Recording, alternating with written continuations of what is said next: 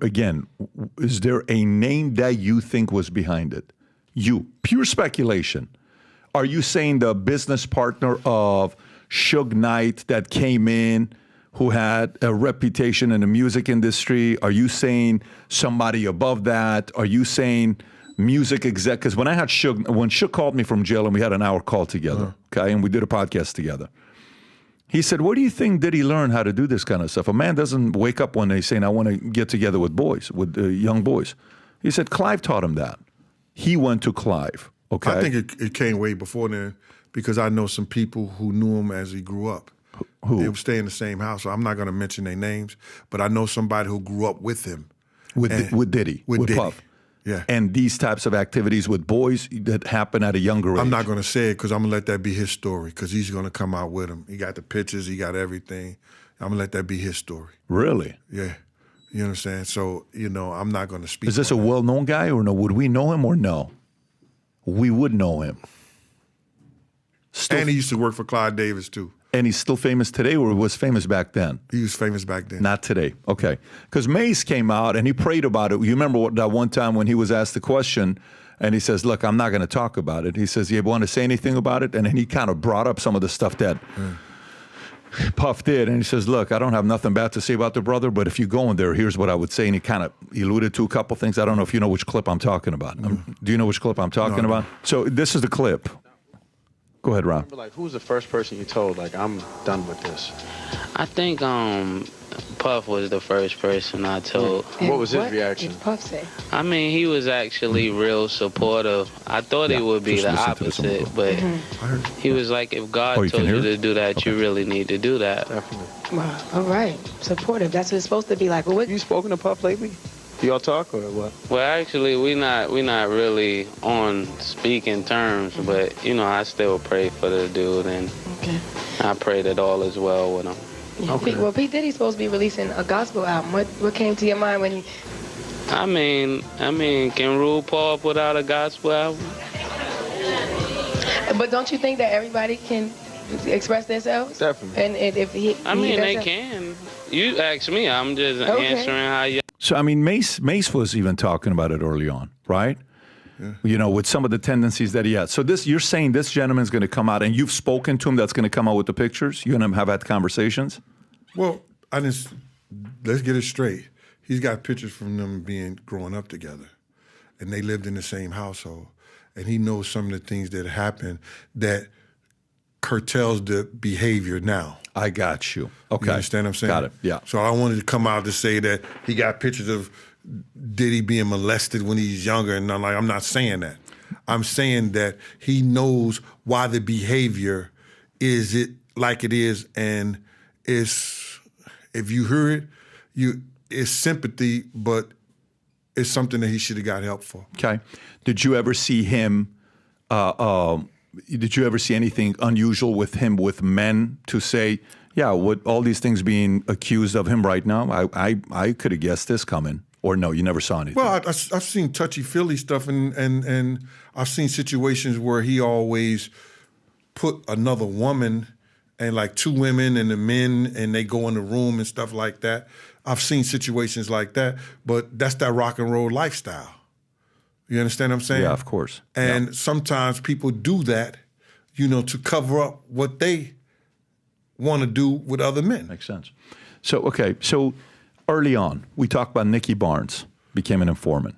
Frank Lucas, we've all seen American Gangster, informant, right? You talked about his father, Melvin Combs, right? Is it Melvin or is it Marvin? It's Melvin. Melvin Combs, right? Similar. Do you think Diddy was an FBI informant? You think the feds had him?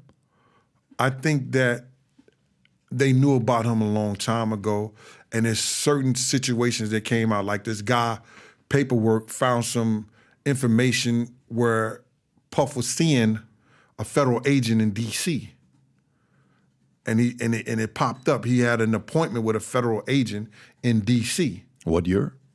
And I think 91, somewhere when he was that early. That early. I don't know why or what was the situation. It came out. Wow.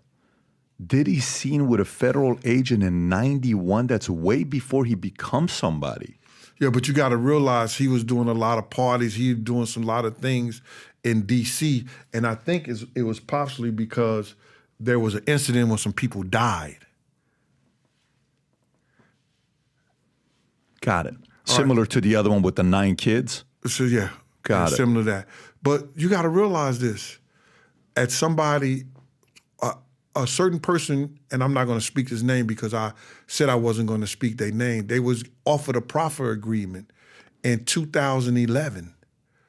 But they wanted them to tell them the story of Puff with underage boys at their proffer agreement in 2011, brother. Okay, so that's 13 years ago. We're talking, so the 91 is kind of weird to me, but I'd be curious to know what that one is about. So how closely do you follow Epstein? How closely do you follow his story? Jeffrey Epstein and what he did and the fact that he made all his money by having accused of having blackmail of, men, powerful men, having sex with younger women on his island, on the Epstein Island, and then using those tapes to come back up. You've heard that before. Would you speculate and say that Diddy is the music mogul version of what Epstein did in the financial industry with politics? I would say that might be a possibility. Okay, but not based on things that you've seen and, you've heard from people that you personally know. No. Okay. I couldn't say that. Got it. Interesting. Why else do you think they would raid his Miami and LA home? When that happened, what did you see? When you saw they're like, why are they doing this?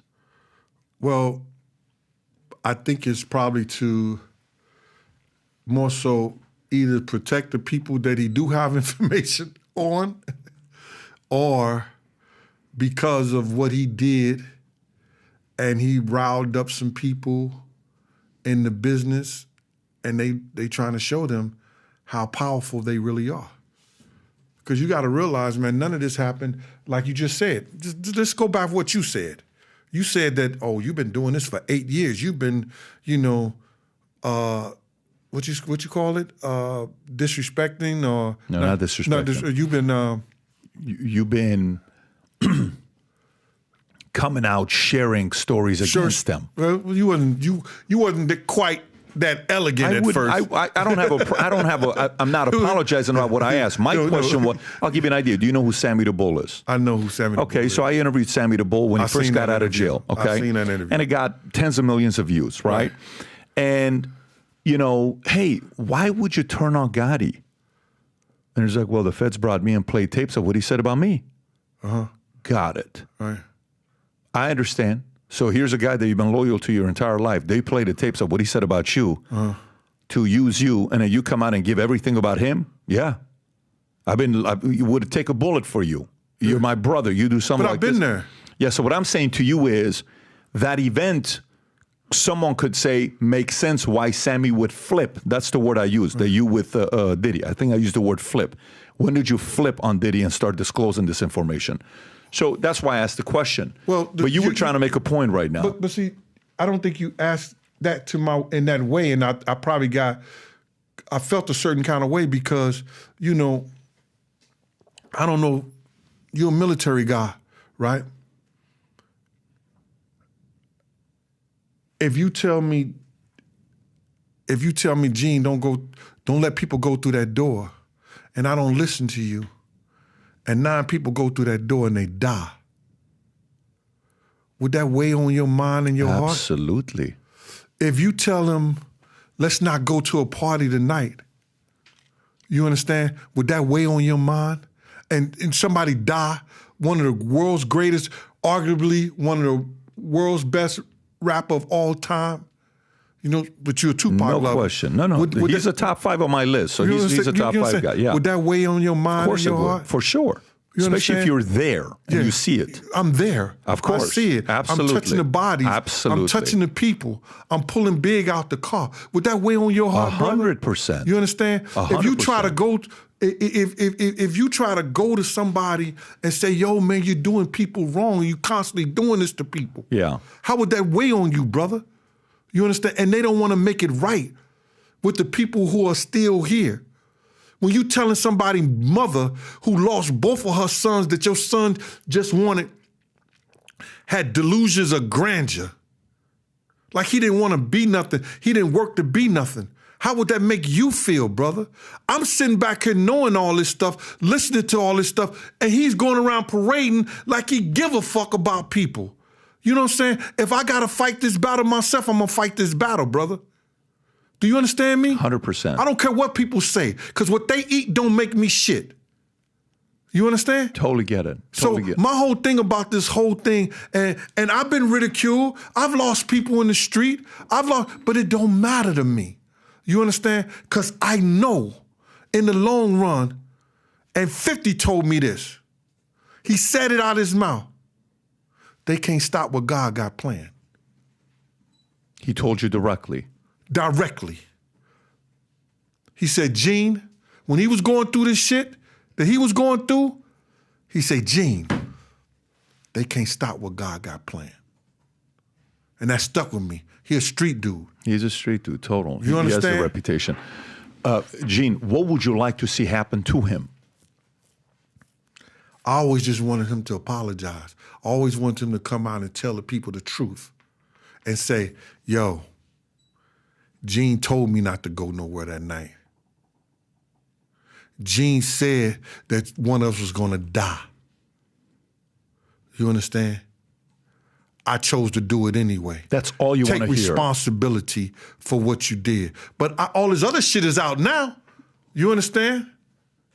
All this other shit is out now. Right. When I first started this whole crusade about this thing, just tell the truth, brother.